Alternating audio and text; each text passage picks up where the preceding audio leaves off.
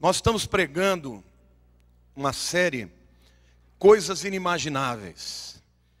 Abra lá Efésios capítulo 3. Nós vamos começar com esse texto, capítulo 3, versos 20 e 21. Ora, aquele que é poderoso para fazer infinitamente mais do que tudo quanto pedimos ou pensamos, conforme o seu poder que opera em nós, a Ele seja a glória, na igreja e em Cristo Jesus por todas as gerações, para todos sempre. Na mensagem de hoje, de manhã, eu falei sobre aquele que é poderoso para fazer infinitamente mais, além daquilo que pedimos. Então falei muito sobre a importância de pedir e falei de 7 segredos maravilhosos de como chegar na presença de Deus e pedir e receber aquilo que Ele tem para nos dar. Mas esse texto, ele continua dizendo que Ele é poderoso para fazer infinitamente mais, além daquilo que pedimos ou pensamos. E o título da mensagem de hoje é Restauração para a Mente.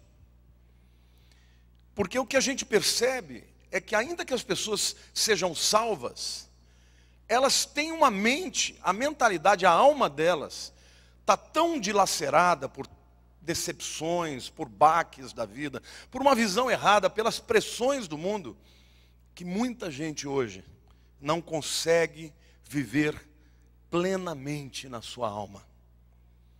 E é por isso que você encontra até dentre os cristãos pessoas muito abatidas, com a alma ferida, pessoas que não conseguem romper, pessoas que não conseguem alcançar a dimensão que Deus tem para elas. Então hoje eu quero dizer para você que Deus tem algo tremendo para fazer na sua alma. A alma é mente, e a sua mente sarada vai alcançar coisas inimagináveis. Amém?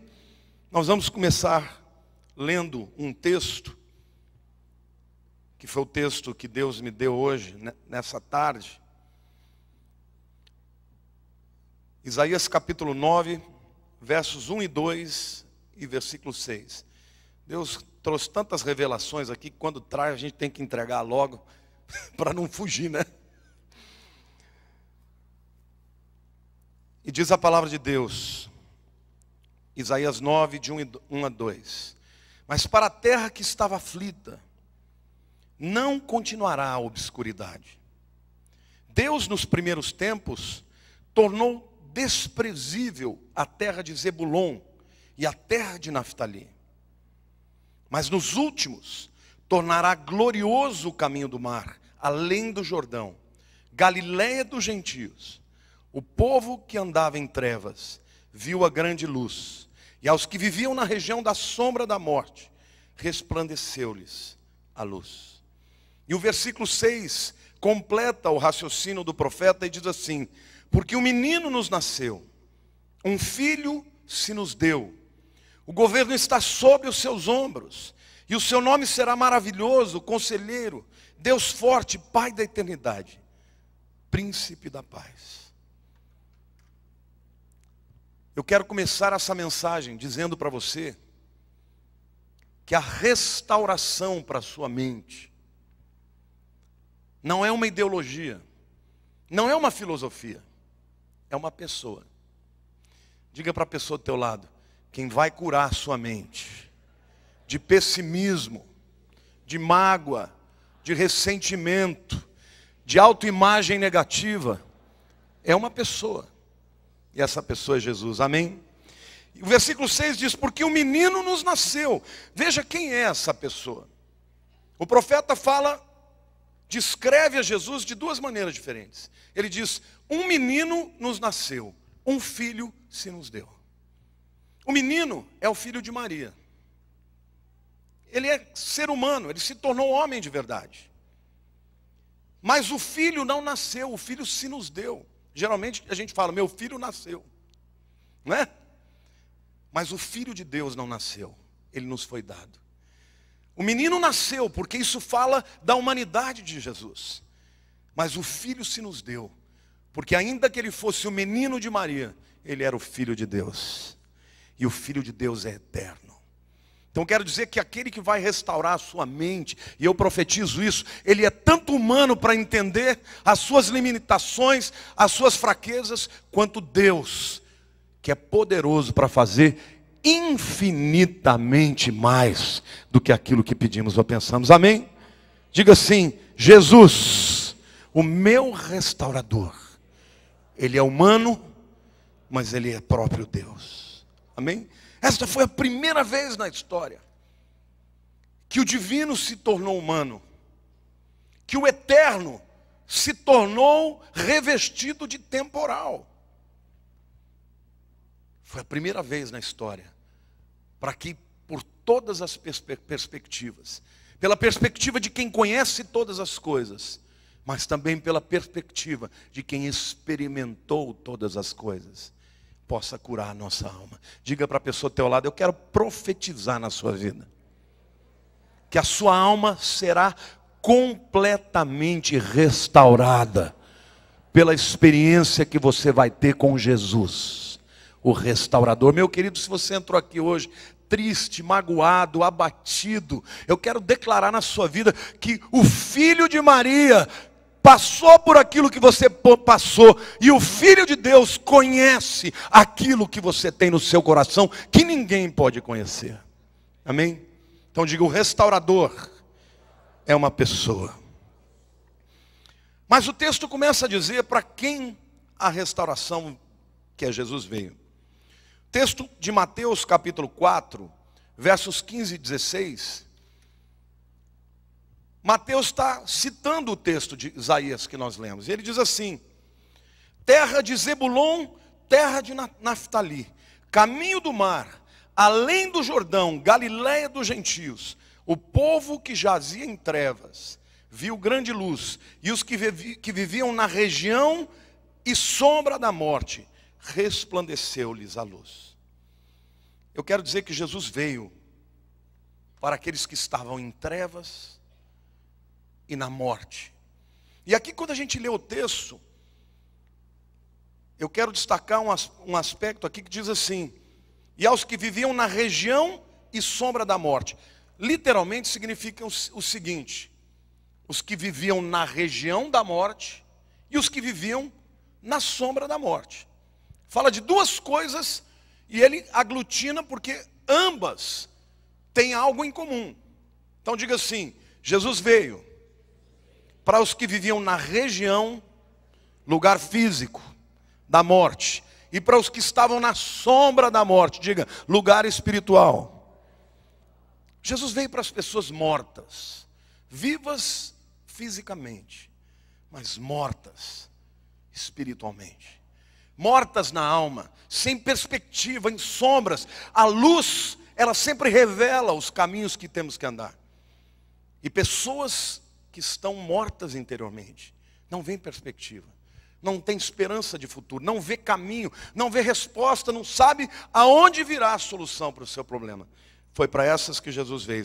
Diga para a pessoa do teu lado: se você está se sentindo assim hoje, então foi para você que Jesus veio. Amém?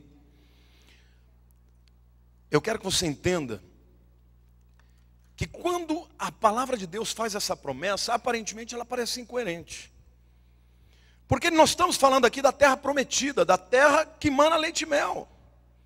Como é que Deus pode dizer que a terra que mana leite e mel, Zebulon e Naftali fazem parte da terra prometida? Como é que esta terra prometida pode ser chamada pelo profeta Isaías de uma terra que vive na sombra da morte? Eu quero que você saiba que um lugar sem Deus, o lugar pode ter tudo e ainda não ter nada. Quantos de vocês já conhecem pessoas que têm tudo o que o mundo pode dar e ainda assim têm uma vida miserável espiritualmente? Quantos já conheceram alguém assim?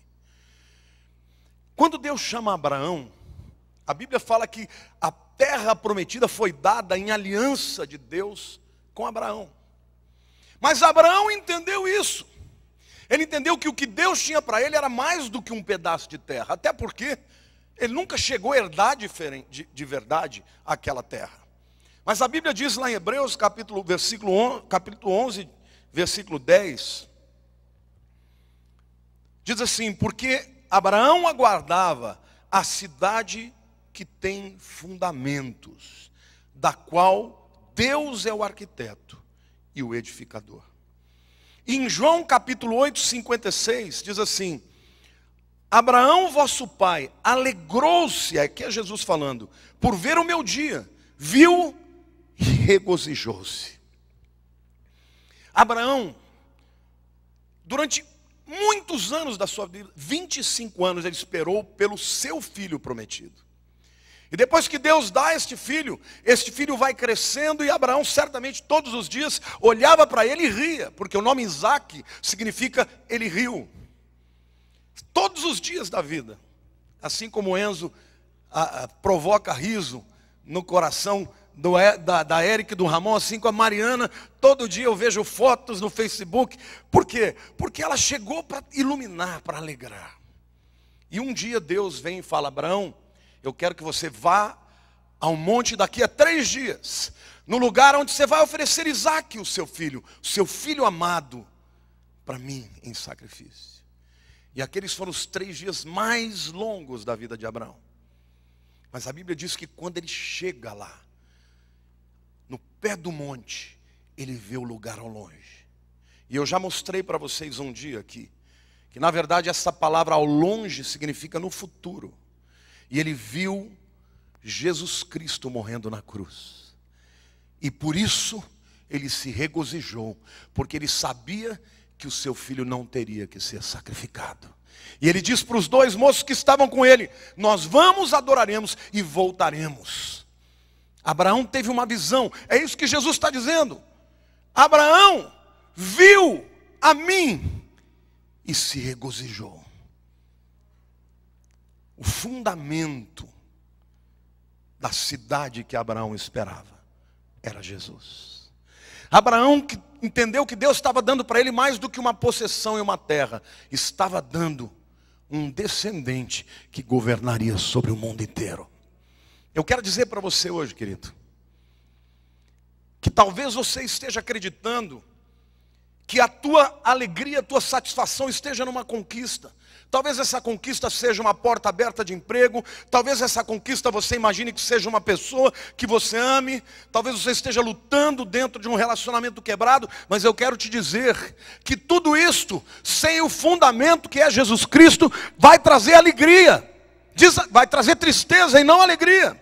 Mas se você tiver Jesus como fundamento da sua vida, então você vai se regozijar, porque você saberá que Ele sempre te dará vitória. Amém ou não? Então diga assim: a promessa de Deus é que o restaurador viria num lugar onde a promessa havia sido feita, mas antes de Jesus, esse lugar era um lugar de trevas.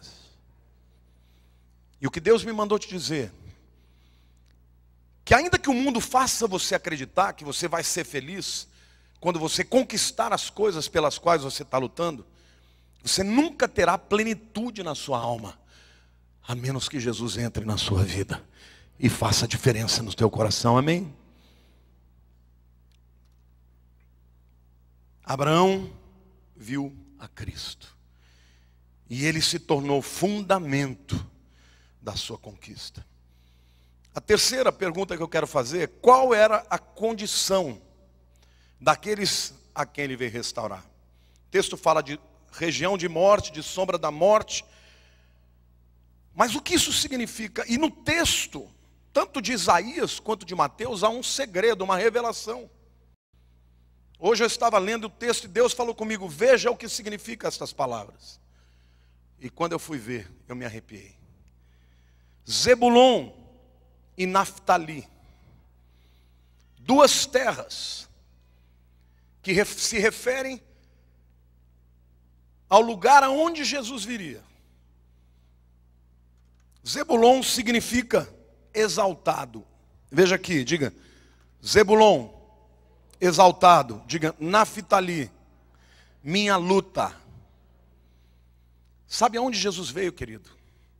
Entre a exaltação e a depressão.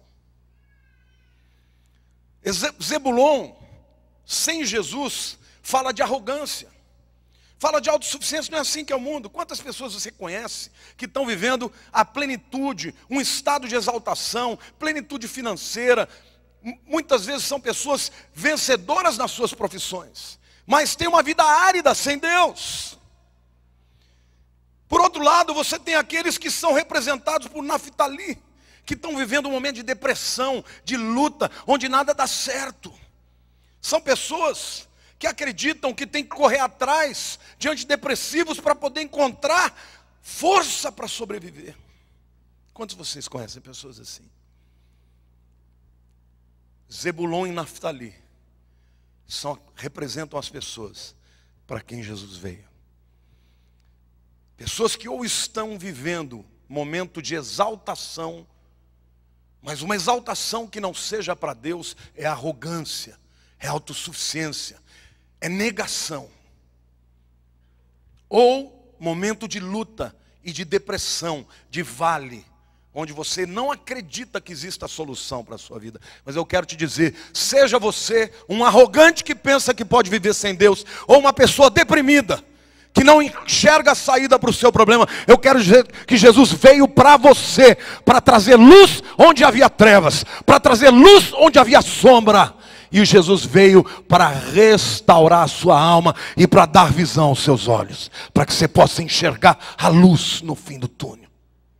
Diga para a pessoa do teu lado, Jesus veio para você. E diga, sem Ele, seja na exaltação, que é arrogância, seja na depressão, que é uma vida de desespero, você não pode encontrar restauração. Mas eu quero te dizer que Ele veio para você, entre a exaltação e a depressão, entre a negação e o desespero. Todos nós já passamos por isso, mas Ele veio para nós. Ele veio para trazer luz para aqueles que estão na sombra, para aqueles que não sabem de onde vem a solução. Como é que as pessoas tentam resolver os seus problemas? Daniel, no capítulo 12, no versículo 4, ele diz exatamente o que vai acontecer com a sociedade dos últimos dias. Isso aqui expressa de maneira perfeita como é que é o coração dos homens do nosso tempo, do século 21. Ele diz assim: tu, porém, Daniel, encerra as palavras desse livro até o tempo do fim. Muitos o esquadrinharão e o saber se multiplicar. No original, essa palavra esquadrinhar significa alguém desassossegado, alguém que corre de um lado para o outro, alguém que está à procura de respostas, de conhecimento, alguém ansioso. Você conhece alguém ansioso? Conhece alguém ansioso? Tem algum ansioso aqui? Esse é o mal do século 21. O ansioso, antes do problema vir, ele já está antecipando o problema. É ou não é? Ele não vai enfrentar um problema quando acontecer, ele já está pensando no problema que virá, às vezes nem vem. Mas ele já está desesperado com aquilo. E a Bíblia diz mais, diz que as pessoas vão buscar o conhecimento. E queridos, vocês sabiam que hoje,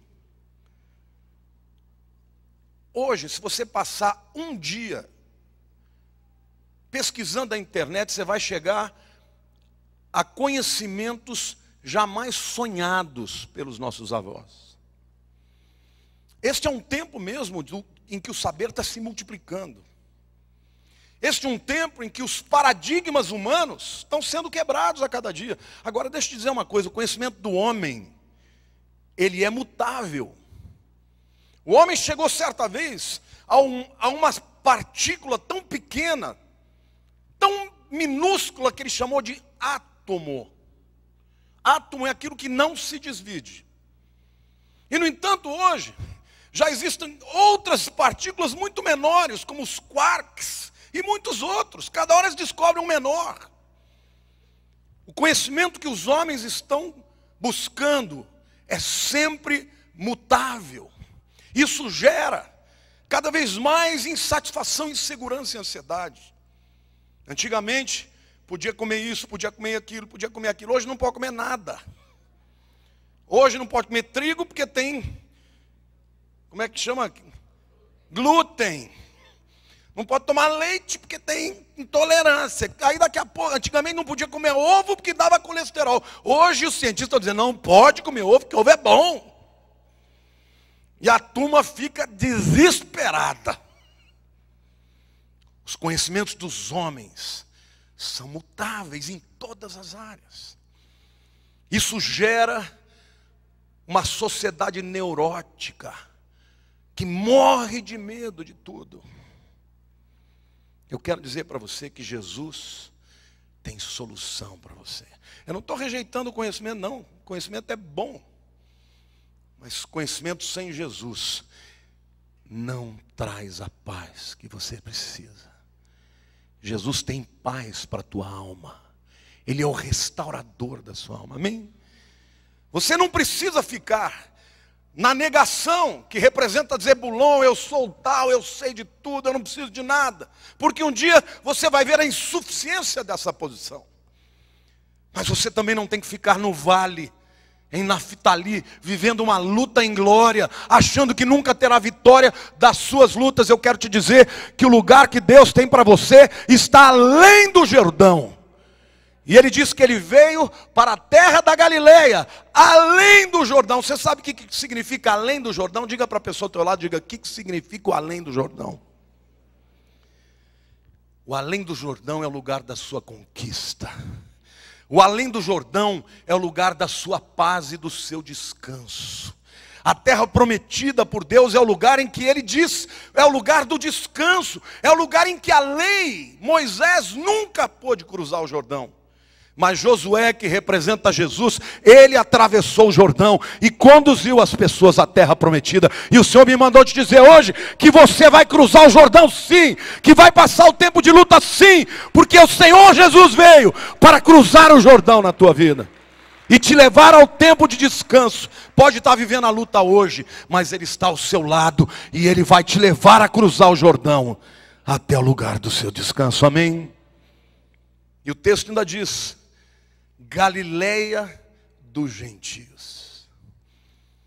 Por que será que o Messias prometido não veio para Jerusalém? Jerusalém era terra santa, era terra de Davi, mas Jerusalém era terra dos religiosos. E religioso é o pior tipo de gente que tem. Preconceituoso, arrogante, gente que se pensa melhor do que os outros, gente que nunca é capaz de entender a miséria do ser humano. Estes eram os que estavam em Jerusalém. Jesus não perdeu o seu tempo vindo para Jerusalém, ele veio para os gentios, porque os gentios, ainda que estivessem nas trevas, estavam abertos para receber a luz. Foi na Galileia dos gentios que Jesus fez os seus milagres. E você sabe que aonde que ele veio? Para um lugar chamado Cafarnaum. Kfar é vila e Naum é consolo. Por quê? O profeta Naum já tinha visto e profetizado que um dia aquela terra teria o Consolador. Eu quero te dizer hoje, meu querido, você pode ter entrado aqui com a sua alma dilacerada, triste, abatido, cansado da luta. Pode estar no vale, ou então pode estar vivendo agora a descendência de quem já viveu na negação, já viveu na exaltação e começou a perder tudo o que este mundo dá, e está descendo e perdendo a esperança. Eu quero te dizer que Jesus tem consolo para a tua vida, que Jesus tem restauração para a tua vida, que Jesus vai te fazer atravessar o Jordão, porque Ele é um Deus de graça e de misericórdia. Amém? A alma só pode ser restaurada quando você experimenta a Jesus, o restaurador. A terra que viu a luz era uma terra de sombras, uma terra de morte, uma terra marcada pelos contrastes da negação e da depressão, uma terra de gentios, de pessoas pagãs, de pessoas não religiosas, uma terra pronta para receber o Salvador. Amém? Só tem uma coisa que pode impedir alguém de receber o Salvador: religiosidade. Eu não preciso, porque eu já tenho. É do meu jeito, você vai falar que é diferente, eu sempre crio assim, eu vou continuar crendo assim. Foi isso que os fariseus fizeram. Jesus veio, o Filho de Deus, o prometido, o Messias prometido, e eles não o reconheceram. Porque no seu arquétipo, no seu imaginário, o Messias seria alguém pomposo como eles, cheio de roupas e vestimentas bonitas, cheio de ouro e balangandãs. E ele veio como um jovem simples, vestido como alguém do povo, e a sua glória era extraordinária.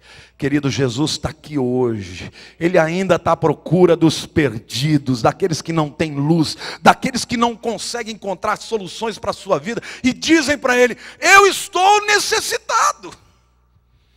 A esses ele vai dar conforto, consolo e restauração. Amém?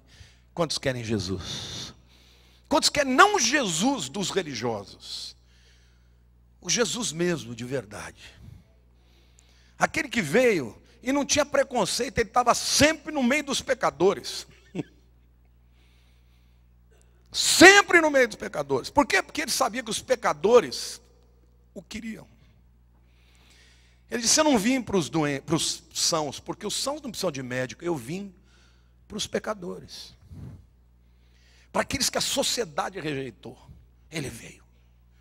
E ele continua hoje querendo mudar a sua vida. E ele continua hoje querendo trazer esperança para o teu coração. Amém ou não? Ele continua hoje dizendo: eu sou o consolo para a tua alma.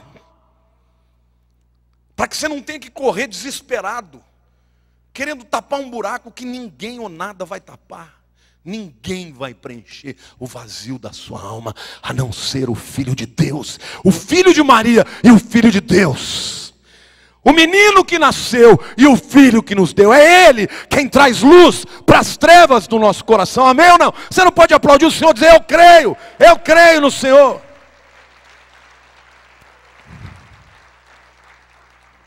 Sociedade que vivemos é a sociedade em que hoje os nossos adolescentes estão mais ansiosos do que nunca. Cada vez mais os psiquiatras têm que dar nome diferente para descrever as desordens, os distúrbios psicológicos que já estão acontecendo com os nossos adolescentes. Os meninos estão em tempo de jogar videogame, de jogar bola, de namorar, e estão com gastrite nervosa. É uma sociedade em trevas, ainda que viva num tempo de conhecimento e de multiplicação do saber.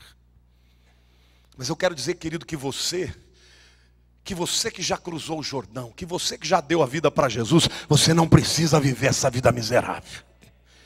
Porque você sabe que não existe plenitude nem na arrogância, nem na negação da necessidade de Jesus, e tampouco na depressão. Existe plenitude quando Jesus entra na sua vida e faz da tua casa o seu Cafarnaum, o seu lugar de consolo. O teu Cafarnaum não é um lugar, não é uma terra de conquista, é a presença de Jesus na sua vida. Amém? Deixa eu te falar uma coisa. Quantos aqui já aceitaram Jesus? Querido, não esquenta moringa, vai dar certo. Ele veio para trazer luz para a tua sombra. Você não está enxergando, não esquenta a moringa. O sol vai sair depois. Atrás da nuvem preta tem sol da justiça. Jesus tem aliança com a tua vida. Ele veio para você. E se você o invocou, Ele entrou na tua vida para nunca mais te deixar. Amém. Você pode aplaudir o Senhor. Você pode declarar: eu creio. Diga: eu creio na palavra do Senhor para a minha vida, amém. Certa vez, havia um homem, era um velho já, Simeão. E o Espírito Santo tinha dito para ele, que ele não morreria, sem antes ver o Consolador de Israel. E a palavra de Deus nos mostra que Simeão, lá em Lucas, capítulo 5 a 32, de 25 a 32.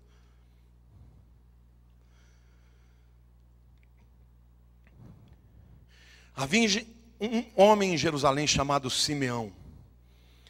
Homem este justo e piedoso, que esperava a consolação de Israel.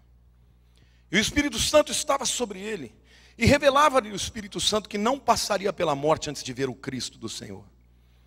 Movido pelo Espírito Santo, foi ao templo.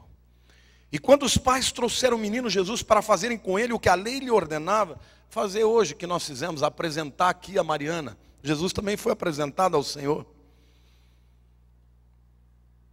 E quando os pais trouxeram o menino Jesus para fazerem com ele o que a lei ordenava, Simeão o tomou nos braços e louvou a Deus, dizendo: agora, Senhor, podes despedir em paz o teu servo, segundo a tua palavra, porque os meus olhos já viram a tua salvação, a qual preparaste diante de todos os povos, luz para a revelação aos gentios e para a glória do teu povo Israel. Se Simeão exaltou no Senhor ao ver um menino, menorzinho ainda do que a Mariana. Mariana já está com 40 dias. Simeão tomou Jesus no braço e se apropriou dele. E disse: Deus, agora posso morrer. Meus olhos já viram a salvação do teu povo Israel e luz dos gentios. Que dirá nós, que já vimos muito mais do que isso. Não só vimos o menino, mas vimos o homem perfeito que foi a cruz. E lá na cruz clamou: está consumado. E Ele me manda te dizer hoje, meu querido, está consumado. Já foi realizado na tua vida o que era necessário para você viver uma vida plena, cheia de segurança de que o Senhor é Deus e Ele cuida dos seus. Amém ou não? Ele cuida da tua família, Ele cuida da tua casa, Ele cuida dos teus negócios, Ele cuida do teu futuro, Ele cuida de você. Agarra esta esperança, porque a promessa de Deus é que aquele que é poderoso para fazer infinitamente mais do que pedimos ou pensamos, a Ele seja a glória por todas as gerações, para sempre. Jesus já fez. Eu não sei em que parte deste caminho você está. Se está no tempo em que tudo está dando certo, ou se está no tempo em que você não vê uma luz. Eu só sei de uma coisa: Jesus está com você neste caminho. E esse momento da sua vida não precisa ser um momento de ansiedade. Esse lugar pode ser o seu Cafarnaum, a vila da consolação, a vila do descanso.